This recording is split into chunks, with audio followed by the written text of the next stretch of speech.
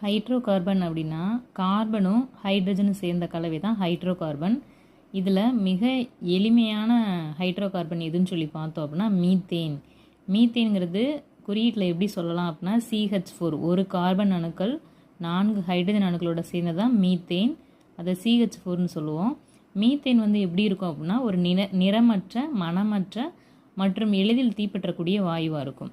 இது சதுப்பு நில காட்டுகளில் அதிகமாக ப்ரொடியூஸ் ஆகிறதுனால இதுக்கு இன்னொரு பேர் இருக்குது, சதுப்பு நில வாயு. அப்போ சதுப்பு நில வாயுன்னு கேட்டால் நீங்கள் என்ன சொல்லணும்? மீத்தேன். நெக்ஸ்ட்டு பார்த்தீங்க அப்படின்னா ப்ரொப்பேனும் இதோட வாய்ப்பாடு என்னென்னா C3H8. அப்போ கார்பன் இதில் 3 இருக்கும், ஹைட்ரஜன் 8 இருக்கும். இதுவும் பார்த்தீங்க அப்படின்னா மணமற்ற எளிதில் தீப்பற்றக்கூடிய வாயுவாக தான் இருக்கும். இந்த ப்ரொப்பேனை ஹை ப்ரெஷரில் பியூட்டனோட சேர்த்து லிக்யூஃபைடு பெட்ரோலியம் கேஸாக மாற்றுறாங்க. ஸோ நம்ம சிலிண்டரில் இருக்கிறது லிக்யூஃபைடு பெட்ரோலியம் கேஸ் தான். இது மணமற்ற வாயுன்றனால இது லீக்கேஜ் ஆச்சு அப்படின்னா நம்மளால் கண்டுபிடிக்க முடியாது. ஸோ இதில் அந்த லீக்கேஜ் ஆகுதுன்றதை நம்ம கண்டுபிடிக்கிறதுக்காக தான் மெர்கேப்டன் அப்படின்ற ஒரு துர்நாற்றம் வீசக்கூடிய ஒரு வாயுவை சேர்த்து நம்மளுக்கு சிலிண்டரில் அடைக்கிறாங்க. ஸோ அதன் மூலமாக தான் நம்மளுக்கு லீக்கேஜ் ஆகுதா இல்லையன்றது நம்ம கண்டுபிடிக்க முடியும்.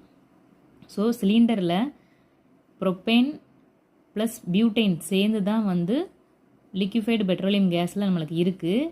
ப்ரொப்பேனுங்கிறது ஸ்மெல்லு இல்லாததுனால நம்மளுக்கு சிலிண்டர்லேருந்து கேஸ் லீக் ஆகுதான்றதை கண்டுபிடிக்க முடியாது. ஸோ ஸ்மெல்லு இருக்கிறத அதோட ஆட் பண்ணுறாங்க. அது என்ன வாயு அப்படின்னு சொல்லி பார்த்தோன்னா மெர்கேப்டன் அப்படின்ற ஒரு வாயுவை ஆட் பண்ணுறாங்க. அதனால தான் நம்மளுக்கு லீக்கேஜ் ஆகும்போது ஒரு ஸ்மெல்லு வருது.